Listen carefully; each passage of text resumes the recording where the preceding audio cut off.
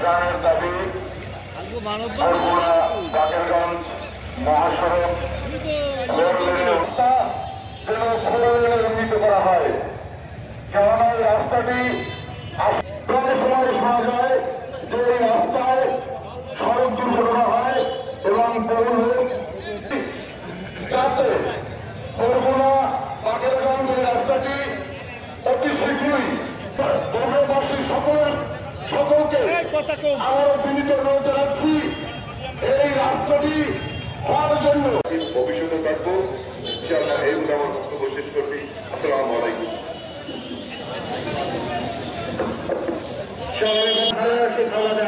জনাব হারুন রশিদ হাওলাদার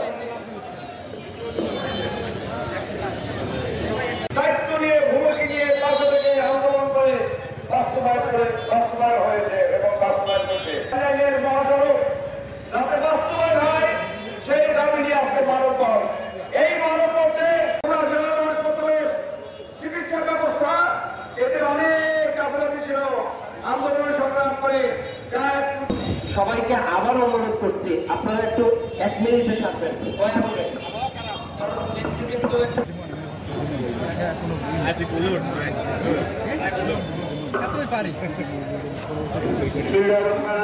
দেখেছি বরগুনা জেলা উন্নয়নের যে কোনো দাবি দেওয়া নিয়ে এই সাংবাদিকরা এগিয়ে এসেছে এবং আমরা তাদের পাশে সমর্থন আমাদের জনগণ দাবির ইতিমধ্যেই ইসলামী আন্দোলন বরগুনার রহমান কাশিমি তার নেতৃত্বে চলে এসেছেন আমাদের এই মানববন্ধনে।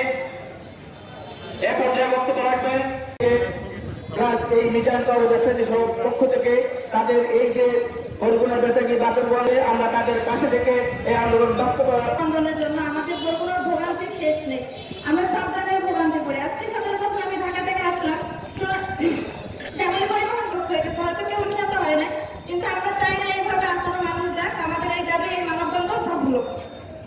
তাদের আহ্বানে সাড়া দিয়ে রাজনৈতিক সামাজিক বিভিন্ন সংগঠনের নেতৃবৃন্দ এখানে উপস্থিত হয়েছেন এবং বরগুনার সাধারণ মানুষ যারা উপস্থিত হয়েছেন লাইনে উন্নীত করার মানববন্ধনে বিভিন্ন রাজনৈতিক অঙ্গ সংগঠন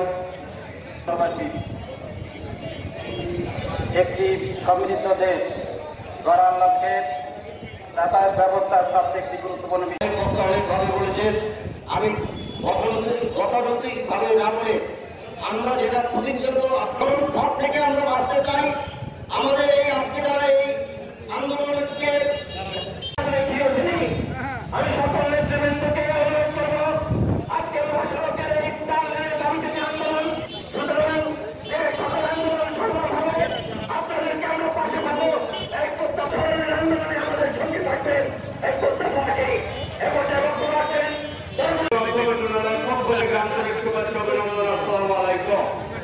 আজকে যে দাবি করেছে সেই দাবিটা আসলে আমাদের প্রাণের দাবি, যেহেতু আমরা এবং মসজিদ মার্কেট ব্যবসায়ী সমিতির সভাপতি জনাব এই বরগুনাবাসী প্রাণের দাবি বরগুনা বাকেরগঞ্জ মহাসড়ক 56 কিলোমিটারকে ঢাকায় যাওয়ার পথে যখন একটা বাস আমাদের ঝুঁকি লাগে বাসের মধ্যে তাকাই থাকি বাস নয়, কিন্তু আমাদের দেখার মতো কোনো মানুষ নাই, কোনো প্রশাসন নাই। আমরা জীবনের ঝুঁকি লাগে সংশ্লিষ্ট থাকা আমাদের প্রাণের দাবি 57 কিলোমিটার রাস্তা উন্নীত করতে আন্দোলন থেকে বাধ্য থাকবো। এখানে আমরা সবাই উপস্থিত থাকবো। এইভাবে আমি আমার প্রাণের দাবিকে ধন্যবাদ দিয়ে আমার বক্তব্য আমি শেষ করছি। ধন্যবাদ শফিকুল আলম থেকে। আপনারা জানেন বৈরী আবহাওয়ার মধ্যে আমরা কাজটি করছি। Bangladesh private hospital diagnostic and clinic association Barguna শাখার সভাপতি জনাব সালেম আহমদ সুমন শরীফ উপস্থিত বিভিন্ন রাজনৈতিক ও সামাজিক সংগঠনের নেতৃবৃন্দ ও বরগুনার জনগণ, আমরা বৃহত্তর উন্নয়নের জন্য বিভিন্ন গেট স্ট্রাকচার আমরা বরগুনা নিয়ে আসতে চাই, কিন্তু একমাত্র এই রাস্তার জন্য তারা আসতে চায় না বলে আপনাদের যোগাযোগ